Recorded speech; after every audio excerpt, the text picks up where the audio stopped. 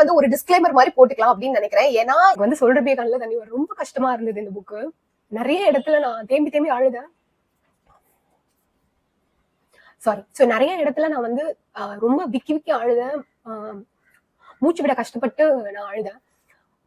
நிறைய பேச வேண்டியது இருக்கு இந்த புக்ல. No amount of words will do justice for this book. The Nightingale அப்படின்னாலே அது ஒரு எமோஷனா தான். இது ஒரு ஃபிக்ஷனா இருந்திருந்தா அப்ப கூட இந்த வலி கடந்திருக்கும். ஆனா இது வந்து உண்மையாவே வாழ்க்கையில சிலருக்கு நடந்த விஷயம் அப்படின்னு நினைக்கிறப்போ ரொம்ப கஷ்டமா இருந்தது.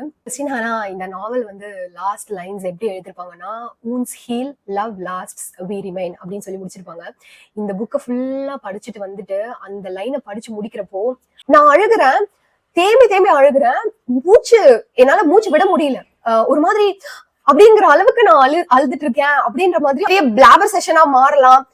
யாப்பிங் அபவுட் தி புக் அப்படிமாங்களா, அந்த மாதிரி எனக்கு வந்து ஒரு கொஹரண்டான தாட்ஸ் எடுத்துட்டு வந்து இந்த புக்கை அஜயா புக்கை படிச்சதுக்கு அப்புறம் துரியோதனா வந்து சுயோதனான்னு தான் சொல்ல தோணும், துரியோதனான்னு சொல்ல தோணாது. சோ அந்த மாதிரி ஏன்னா அவங்களுடைய writing and descriptions of those places அதெல்லாம் எப்படி இருந்தது அப்படின்னா, இந்த இடத்துல வந்து எனக்கு கிறிஸ்டியன் ஹானாவே வந்து ஒரு பிரெஞ்ச் லேடியா இருந்து அவங்க பேசுன மாதிரி தான் எனக்கு வந்து தோணுச்சு. அவங்க ஒருவேளை அந்த வேர்ல்ட் வார் சர்வைவரா இருப்பாங்களோ அப்படின்னு நான் யோசிக்கிற அளவுக்கு எனக்கு இருந்தது. ரீடர் கண்டிப்பா ஒரு புக் படிச்சுட்டு இல்ல ஒரு குட்டி ஷார்ட் ஸ்டோரி படிச்சுட்டு கூட அழுதவங்க இருப்பாங்க. நானும் நிறைய புக் படிச்சுட்டு அழுதுருக்கேன்.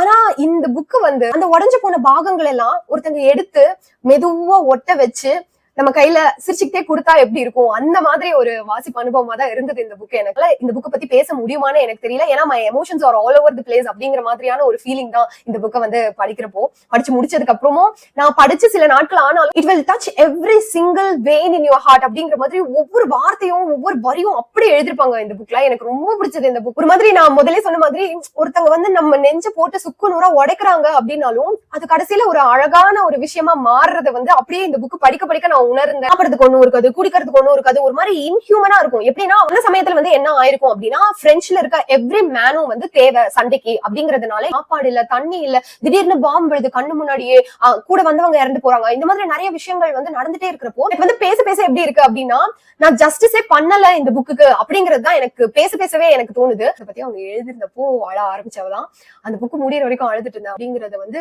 என்னால இமேஜின் கூட பண்ணி பார்க்க முடியல. அப்படிங்கிற மாதிரி அவ்வளவு விஷயங்கள் வந்து நடக்கும். ஒரு என்னடா இது மனுஷங்க தானடா அவங்க, ஏன்டா இப்படி 2025ல இது வரைக்கும் நான் படிச்ச புக்லயே ரொம்ப மறக்க முடியாத புக்கு.